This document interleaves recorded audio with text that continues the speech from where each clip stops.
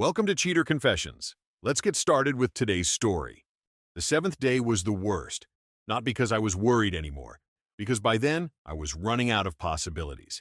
My wife, Nicole, had vanished without a word. No call, no text, no note. 1 minute she was home, and the next she was gone. For an entire week, I did everything a husband was supposed to do. I called hospitals. I called her friends. I called her sister. I filed a missing person report. I drove around places she used to visit. Nobody had answers. The police kept telling me the same thing. She's an adult, Martin. Adults can leave if they want. Maybe. But adults usually didn't disappear for 7 days and leave their spouse wondering if they were dead. By the seventh evening, I was done sitting in the house waiting. I went to a steakhouse downtown, not because I was hungry, because I needed to think. I sat alone near the back of the restaurant, finishing a drink while looking through bank statements on my phone. Then I heard a familiar voice. "Well, there you are." I looked up. Nicole was standing beside my table. For a second, I almost didn't recognize her. She looked better than she had when she left. Her hair was styled. Her makeup was perfect. She wore a designer coat I'd never seen before. A gold bracelet hung from her wrist. Nothing about her looked like someone who had been missing for a week.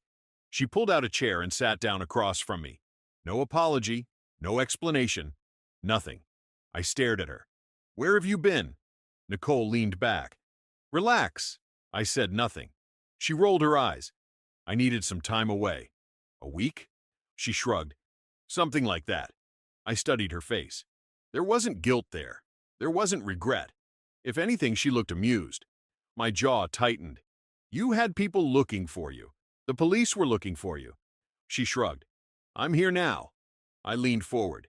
"Do you understand what you put me through?" Nicole smirked. An actual smirk. Then she said the sentence that ended my marriage. "You should be thankful I came back." For a few seconds, neither of us spoke. The waitress approached our table and immediately sensed something was wrong. She turned around and walked away. Nicole kept staring at me, waiting, expecting me to react, to argue, to beg, to ask her to stay.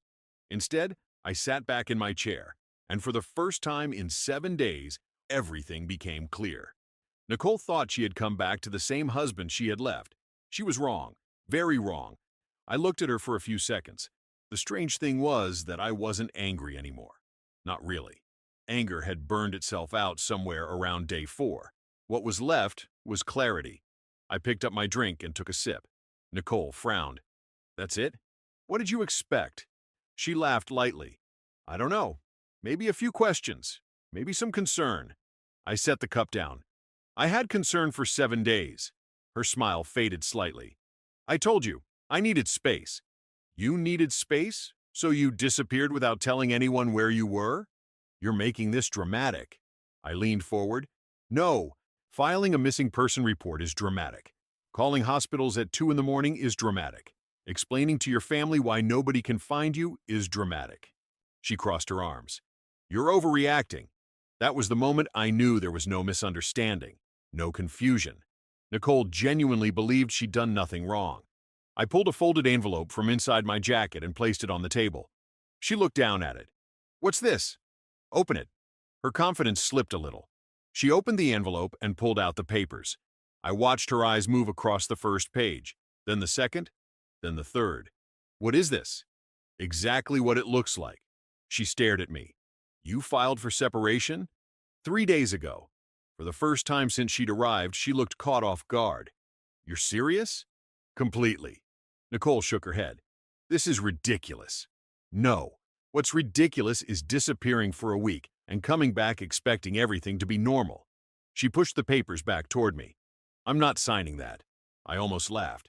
"You think I need your permission?" Her jaw tightened. "We've been married 8 years, Martin. And you walked away from those 8 years for 7 days without a single phone call." She opened her mouth but stopped. I stood up. The bill was already paid. I had planned on leaving 10 minutes ago. This conversation changed nothing. "Where are you going?" she asked. "Home." Her expression hardened. "We're not finished talking." I grabbed my coat. "We are." "Martin." I looked directly at her. "Your access to the joint accounts was removed yesterday. The credit cards are frozen. My attorney will contact you this week." The color drained from her face. I turned and started walking toward the exit. Behind me, I heard her stand up. "Martin, stop!" I didn't. For the first time in 7 days, Nicole was the one being left behind. Nicole didn't stay quiet for long. The next morning, she was waiting outside my house when I left for work. She was leaning against her car, arms crossed. I stopped a few feet away. "What are you doing here?" "We need to talk." "We already did." "No, you walked away." I locked my front door and headed toward my truck. She followed. "Martin, this has gotten out of control." I laughed once. "Out of control? You disappeared for a week." I said I needed space. And I said we're done. She grabbed my arm. Not hard, just enough to stop me. I looked down at her hand, then back at her. "Take your hand off me." She did, immediately. The look in my eyes must have told her I wasn't playing games. "You don't mean this," she said. "I absolutely do." I got into my truck and left. That should have been the end of it. It wasn't. 3 days later, she showed up at my office. The receptionist called me first. "Your wife is here. Tell her to leave." "She's refusing." I sighed. Then I walked into the lobby. Nicole stood up the second she saw me. "We need to figure this out." "No, you need to leave." Several employees were pretending not to watch. Nicole noticed it too. "Can we at least talk privately?" "You had 7 days to talk." Her expression hardened. "I made one mistake." I stepped closer. "No, you made 100 choices." She opened her mouth. I cut her off. "You chose to leave. You chose not to call. You chose not to answer anyone. You chose to come back and act like I owed you gratitude." The lobby had gone completely silent. Nicole's face flushed red. "You're trying to embarrass me." I shook my head. "You did that yourself." For a moment, I thought she might argue again. Instead, she looked away. That was the first crack I'd seen. The first sign she was starting to realize this wasn't temporary. That I wasn't going to calm down in a week, or a month, or ever. Later that evening, my friend Samuel came over. We sat on the back patio. I told him everything. He listened quietly. When I finished, he nodded once. "Want my honest opinion?" "Sure." "She's panicking." I looked at him. "Why?" "Because whatever she expected when she came back," he took a drink. "This wasn't it. For the first time, I thought he might be right. And if Nicole was panicking now, I had a feeling I was about to find out why. I found out the truth 2 weeks later. Not because Nicole finally decided to be honest, because my attorney, Rebecca Lawson, was better at her job than Nicole was at lying. Rebecca called me on a Thursday afternoon. "Can you come by the office?" Her tone told me everything. When I arrived, several documents were spread across her desk. Bank statements, transaction records, travel bookings. Rebecca pointed to the first page. "The withdrawal you found led us here." I nodded. $8,000, 3 days before Nicole disappeared. "Your instincts were right," Rebecca said.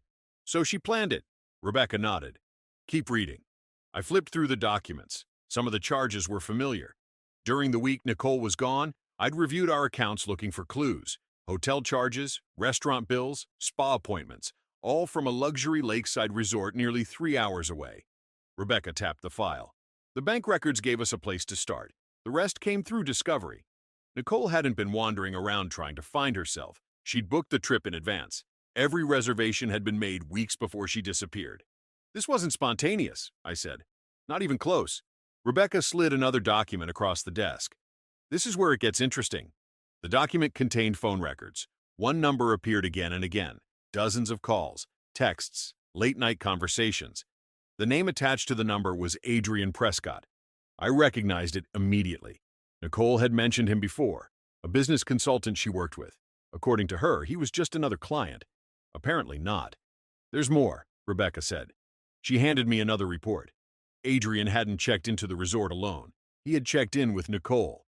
4 nights, same suite, same reservation. For a moment, the office went quiet. Not because I was shocked, because suddenly everything made sense. The disappearance, the attitude, the smirk, the confidence. Nicole hadn't come home expecting forgiveness. She'd come home expecting victory. She thought she had tested another life and could simply return if it didn't work out. Rebecca leaned back. "What do you want to do?" I looked at the documents, then at her. "The same thing I've been doing." "Which is?" I stood up. "Keep moving forward." That evening, Nicole showed up at the house again. The moment I opened the door, I knew something had changed. The confidence was gone. "Martin," she said quietly. I crossed my arms. "What?" She swallowed. For the first time since she returned, she looked nervous. "Can we talk about Adrian?" Now I understood. Something had happened, and whatever it wasn't good for her. I stepped outside and closed the door behind me. "Go ahead," I said. Nicole lowered her eyes. Then she spoke. And what she said next explained why her entire world was suddenly starting to fall apart. Nicole stood in my driveway, staring at the ground. A month ago, she would have walked up with that same smug confidence she had at the restaurant. That woman was gone. "What happened?" I asked. She took a breath. "Adrian ended it." I wasn't surprised. "Okay." Her head snapped up. "That's all you're going to say? What do you want me to say?" Nicole looked frustrated. "I thought you would at least react." I almost laughed. "You disappeared for a week with another man. Why would I care if he dumped you?" The words hit harder than she expected. I saw it in her face. "He didn't dump me," she said. "Then what happened?" She hesitated. "His girlfriend found out." There it was. The truth. Not only had Adrian not chosen Nicole, he had never been available in the first place. He told me he was leaving her. And you believed him? Nicole looked away. That answer was enough. I folded my arms. "So, let me get this straight. You disappeared for a week because you thought some guy was going to start a new life with you. It wasn't like that. Then explain it." She opened her mouth. Nothing came out. Because there wasn't an explanation that sounded good. Not anymore. Finally, she sighed. "He made me feel different." "Different from what?" "My life." I nodded slowly. "There it is." "What?" "The real reason." She looked confused. "You weren't running toward him." I pointed toward the house. "You were running away from your responsibilities." Nicole's eyes narrowed. "You think you know everything." "No, I know enough." For a few seconds, neither of us spoke. Then she surprised me. "I lost my job." I looked at her. Apparently, Adrian wasn't the only thing that had collapsed. "The company found out about me and Adrian," she said. She looked away. "A week later, they terminated both of us." I nodded once. "Actions have consequences." Nicole stared at me. "Do you even care?" I answered immediately. "I cared when you were missing." The words landed hard. "I cared when I thought something terrible happened to you." I stepped closer. But once I found out what really happened, that ended. Tears appeared in her eyes. Real tears this time, not the fake ones she'd used before. "I made a mistake." I shook my head. "No." "What?" "You keep calling it a mistake."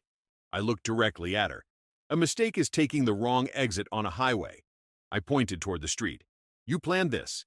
You withdrew money. You booked hotels. You lied. You disappeared." Her shoulders dropped. "You made a series of choices, Nicole." For the first time since she'd come back, she had no response. And I knew she was finally starting to understand how badly she'd destroyed her own life. The court hearing arrived 6 weeks later. Nicole sat across the room with her attorney, a man named Leonard Briggs. He looked confident when the hearing started. He looked much less confident an hour later. Rebecca came prepared, very prepared. Every document, every bank record, every withdrawal, every reservation, every phone record, all neatly organized. The judge, Harold Whitman, spent most of the hearing quietly reviewing evidence. Nicole's side tried to argue that she had been going through an emotional crisis, that she needed time away, that I had reacted too aggressively. The argument lasted about 10 minutes. Then Rebecca stood up. "Your Honor, emotional crises generally don't involve prepaid luxury resorts booked 3 weeks in advance." The courtroom became very quiet. Nicole stared at the table. Rebecca continued.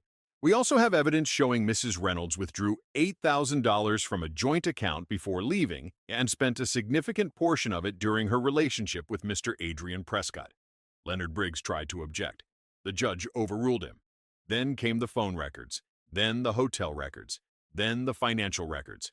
By the time Rebecca finished, the story was obvious. Nicole hadn't disappeared. She'd planned an escape. The judge looked directly at her. "Mrs. Reynolds, is there any part of these records that is inaccurate?" Nicole swallowed. "No, Your Honor." The answer ended any chance she had. 3 hours later, we entered mediation. The mood was completely different now. Nicole knew it. Her attorney knew it. Everyone knew it. The discussion turned to assets, the house, savings, retirement accounts, vehicles.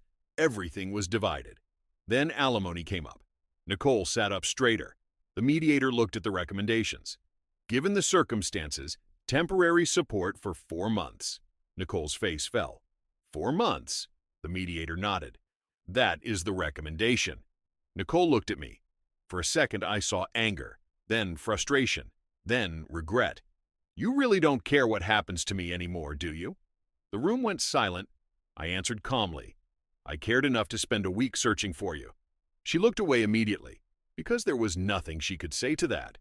The hearing ended late that afternoon. As everyone packed up, Rebecca gathered her files and looked at me. One more meeting and this is finished.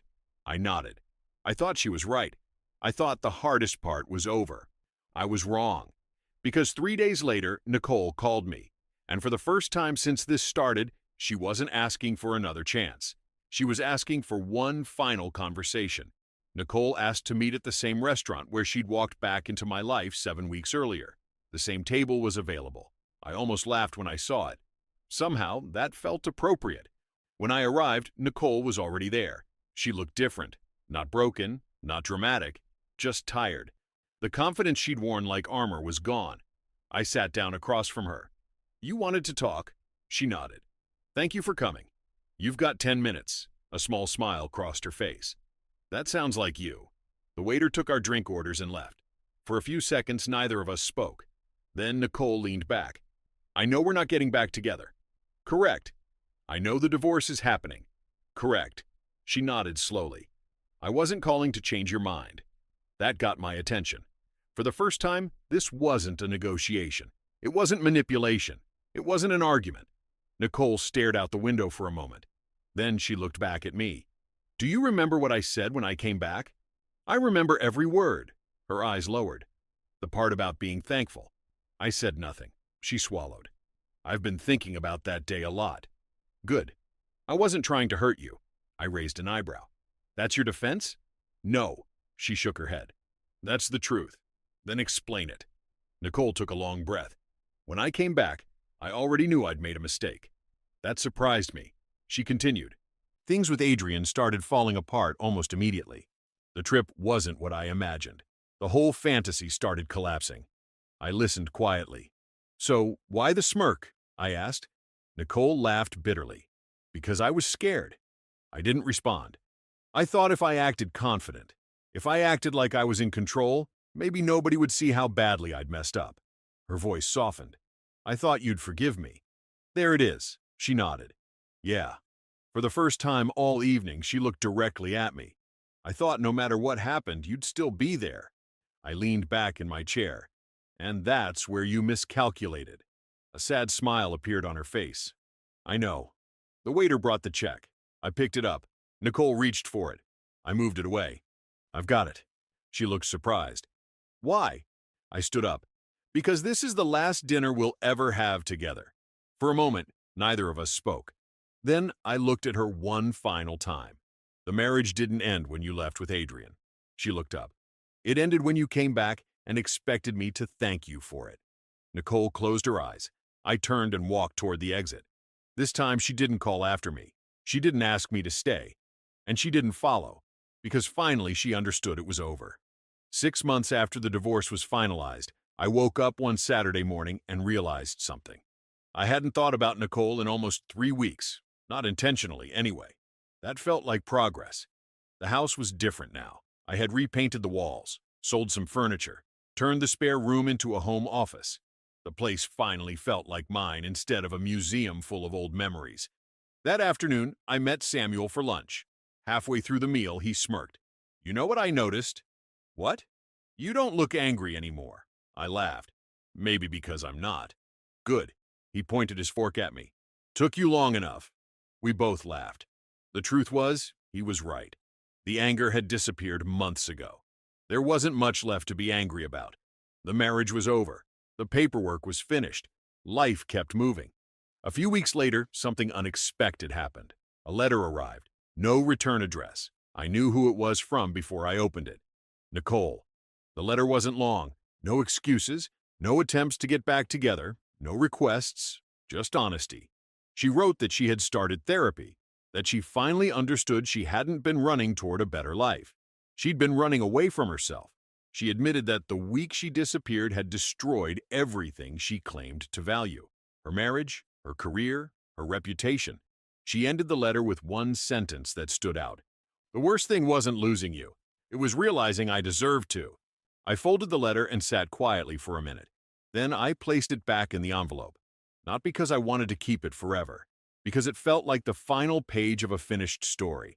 The following Friday, I had dinner at the same restaurant where Nicole had walked back into my life. Only this time, I wasn't alone. Across from me sat Claire, someone I'd been seeing for a few months. No drama, no games, no pretending, just honesty. At one point, she smiled and asked, "What are you thinking about?" I looked around the restaurant. The same room, the same lights, the same place where everything had changed. Then I smiled. Nothing important. And for the first time, that was true. Because Nicole's story was no longer the story that defined me.